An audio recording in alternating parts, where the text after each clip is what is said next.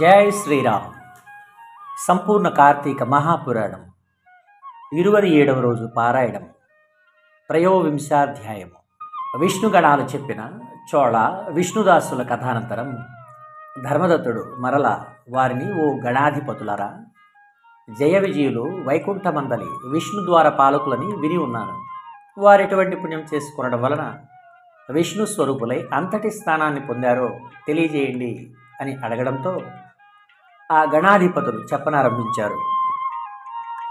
జయ విజయుల పూర్వజన్మలు. తృణబిందుడి కూతురు దేవహూతి, ఆమె యందు కర్దమ ప్రజాపతి యొక్క దృక్స్ఖలనం జరగడం వలన 2 కుమారులు కలిగారు. వారిలో పెద్దవాడు జయుడు, రెండోవాడు విజయుడు. వాళ్ళిద్దరూ కూడా విష్ణుభక్తి పారాయణులే అయ్యారు. అనంతరం అష్టాక్షరి మంత్రాన్ని జపించడం వలన వాళ్ళు విష్ణు సాక్షాత్కారాన్ని కూడా పొందారు. వేద విధులయ్యారు. యజ్ఞాలు చేయించడంలో ప్రజ్ఞ గలవారుగా ప్రసిద్ధి చెందారు. అందువలన మరుత్తుడు అనే రాజు వీరి వద్దకు వచ్చి తన చేత యజ్ఞం చేయించవలసిందిగా వాంఛించాడు. అన్నదమ్ములిద్దరూ కలిసి ఒకరు బ్రహ్మ, మరొకరు యాజకులుగా ఉండి ఆ యజ్ఞాన్ని దిగ్విజయంగా నెరవేర్చారు. సంతుష్టుడైన మరుత్తు వారికి అగణితమైన దక్షిణలను ఇచ్చాడు. ఆ సొమ్ముతో ఈ అన్నదమ్ములు ఎవరికి వారుగా విష్ణు యజ్ఞం నిర్వర్తింపదలిచారు. తదర్థంగా మరుత్తు ఇచ్చిన మహాదక్షిణను పంచుకోవడంలో ఇద్దరికీ తగదాలు వచ్చాయి. ఇద్దరికీ చెరిసగం అనేది జయుడి వాదం కాగా, తనకు ఎక్కువగా వాటా కావాలని విజయుడు కోరాడు. ఆ వాదోపవాద క్రోధంతో జయుడు అలిగి నువ్వు మసలి వైపమని శాపం పెట్టాడు. అంతటితో విజయుడు ఊరుకోక అహంకారంతో శపించిన నువ్వు సాహంకారి అయిన సామజమై పుడతావులే అని ప్రతిశాపమిచ్చాడు.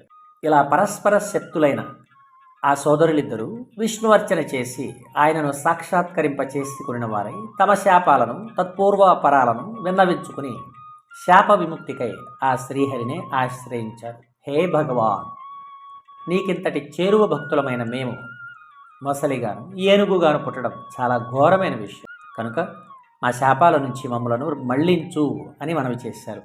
అందుకు మందహాసం చేస్తూ అంబుజనాభుడు, జయ విజయులారా, నా భక్తుల మాటలు పొల్లు పోనీకపోవడమే నా విధి. వాటిని అసత్యాలుగా చేసే శక్తి నాకు లేదు. పూర్వం ప్రహ్లాద వాక్యం కోసం స్తంభం నుంచి ఆవిర్భవించాను. అంబరీషుని వాక్యం ప్రకారం 10 అవతారాలను ధరించాను. అందువలన మీరు సత్యం తప్పని వారై మీ శాపాలను అనుభవించి అంత్యంలో వైకుంఠాన్ని పొందండి అని ఆదేశించడంతో తదాదేశాన్ని శిరసావహించి ఆ జయ విజయులిద్దరూ గండకీ నది ప్రాంతాన మకర మాతంగాలుగా జన్మించి పూర్వజన్మ జ్ఞానం కలవారై విష్ణు చింతనతోనే కాలం గడపసాగారు. అలా ఉండగా ఒకానొక కార్తీక మాసం ప్రవేశించింది. ఆ కార్తీక మాసంలో కార్తీక స్నానం చేయాలనే కోరికతో ఏనుగైన జయుడు గండకీ నదికి వచ్చాడు. నీటిలోనికి దిగిందే తడవుగా అందులోనే మసలిగా ఉంటున్న విజయుడు ఏనుగును గుర్తించి దాని పాదాన్ని బలంగా నోటగరిచాడు.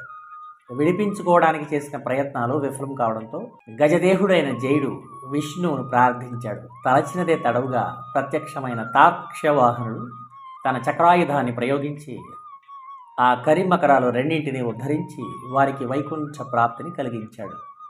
తదాదిగా ఆ స్థలం హరిక్షేత్రంగా విరాజిల్లసాగింది. విష్ణు ప్రయుక్త చక్రాయుధం వరిపిడి వలన ఆ గండకీ నదిలోని శిలలు చక్ర చిహ్నాలతో కూడుకొనవయ్యాయి. ఓ ధర్మదత్త, నీచే అడుగుబడిన వారైన విష్ణు ద్వార పాలకులు జయ విజయులు వీరిద్దరే. అందువలన నీవు కూడా దంభమాశ్చర్యాలను విడనాడి సమదర్శనుడివై సుదర్శనాయుధుడి చరణ సేవలను ఆచరించు. తుల, మకర, మేష సంక్రమణాలతో ప్రాతః స్నానాలు ఆచరించు. తులసీవన సంరక్షణయందు నిష్టగలవాడివై ప్రవర్తించు. గోబ్రాహ్మణులను విష్ణు భక్తులను సర్వదా సేవించు. కొర్రధాన్యము, పులికడుగు నీరు, వంగ మొదలైన వాటిని విసర్జించు. జన్మ ప్రభృతిగా నీవు అనుష్ఠిస్తూ ఉన్న ఈ కార్తీక విష్ణువ్రతం కంటే దాన, తపో, యజ్ఞతీర్థాలు ఏవి కూడా గొప్పవి కావని గుర్తుంచుకో. నీ పుణ్యంలో సగభాగం అందుకొనడం వలన ఈ కలహ కూడా ధన్యులయ్యారు. ప్రస్తుతం మేము ఆమెను వైకుంఠానికి తీసుకుని వెళుతున్నాం అని విష్ణుగణాలు ధర్మదత్తునితో హితవాడి అతనిని పునః నియమవ్రతనిష్ఠుడిని చేసి కలహ సమేతంగా విమానాన వైకుంఠానికి బయలుదేరారు. నారదుడు చెబుతున్నాడు, పృథురాజా, అతి పురాతనమైన ఈ పుణ్యేతిహాసాన్ని ఏ మానవుడైతే వింటున్నాడో, ఇతరులకు వినిపిస్తున్నాడో, వాడు శ్రీ మహావిష్ణువు యొక్క సంపూర్ణ అనుగ్రహానికి పాత్రుడై విష్ణు సాన్నిధ్యాన్ని పొందదగిన జ్ఞానాన్ని పొందుతూ ఉన్నాడు. ఇంతటితో త్రయవింశోధ్యాయ సమాప్త. 23వ అధ్యాయము సమాప్తము. ఇక చతుర్వింశోధ్యాయ.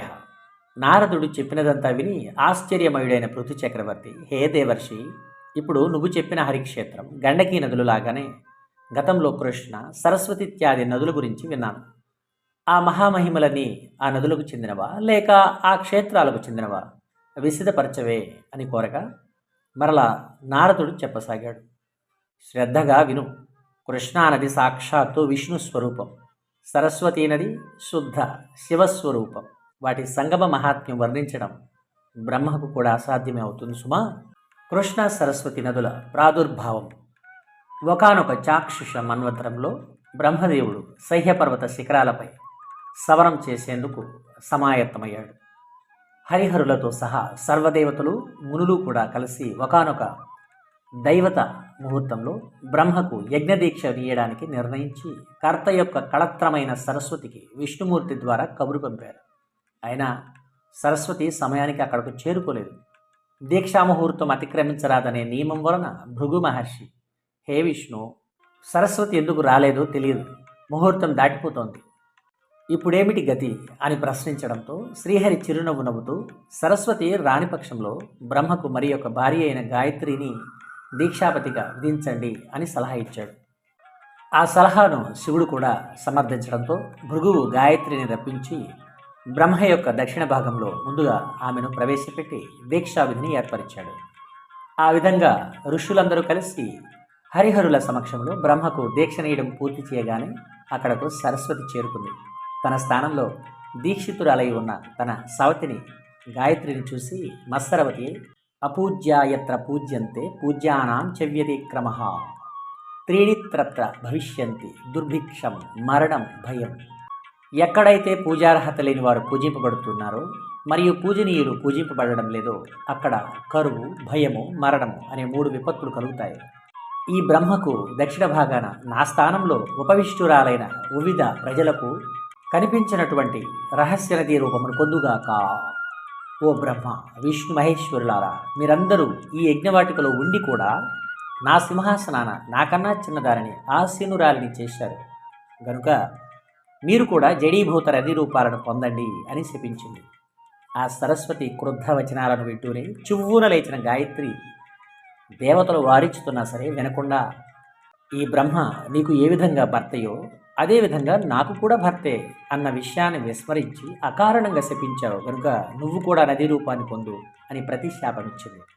ఈ లోపల హరిహరుల వాణిని సమీపించి, మేము నదులమైనట్లయితే లోకాలన్నీ అతలాకుతలమైపోతాయి కనుక అవివేక భూయిష్టమైన నీ శాపాన్ని మళ్లించుకోమన్నారు. కానీ ఆమె వినలేదు.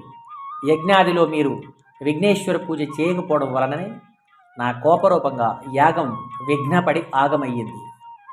పలుకుల పడజినైన నా మాట తప్పదు. మీరందరూ నదీ రూపాలను ధరించి మీ అంశలు జడత్వాన్ని వహించవలసినదే.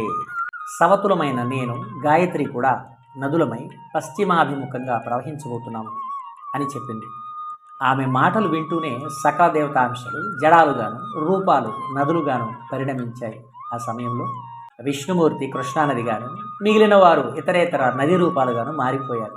బ్రహ్మ, విష్ణు, మహేశ్వరులు నదులై తూర్పు ముఖంగాను, వారి వారి భార్యలు నదులై పశ్చిమాభిముఖంగాను ప్రవహించనారంభించారు. గాయత్రి, సరస్వతి నది రూపాలు సావిత్రి అనే పుణ్యక్షేత్రంలో సంగమాన్ని పొందాయి. ఈ యజ్ఞంలో ప్రతిష్ఠితులైన శివకేశవులు, మహాబలుడు, అతిబలుడు అనే దేవతా స్వరూపులయ్యారు. సర్వపాపహారిణి అయిన ఈ కృష్ణాది ప్రకర్షోత్పత్తిని భక్తితో చదివిన, వినిన, వినిపించిన వారి వంశమంతా కూడా నదీ దర్శన స్నానపుణ్య ఫలవంతమై తరించిపోతుంది. ఇంతటితో 23, 24 అధ్యాయములు అంటే 27వ రోజు పారాయణము సమాప్తము. సంపూర్ణ కార్తీక మహాపురాణం యొక్క విశేషాలను మీకు అందిస్తున్న వారు శ్రీ కోదండ రామాంజనేయ స్వామివారి దేవస్థానం, ఫైర్ స్టేషన్ ప్రక్కన, IIIT దగ్గర, మైలవరం రోడ్, నూజివీడు, ఏలూరు జిల్లా, ఆంధ్రప్రదేశ్. నవంబర్ 17, 2025. సర్వే జనా సుఖినో భవంతు, సమస్త సన్మంగళాని భవంతు.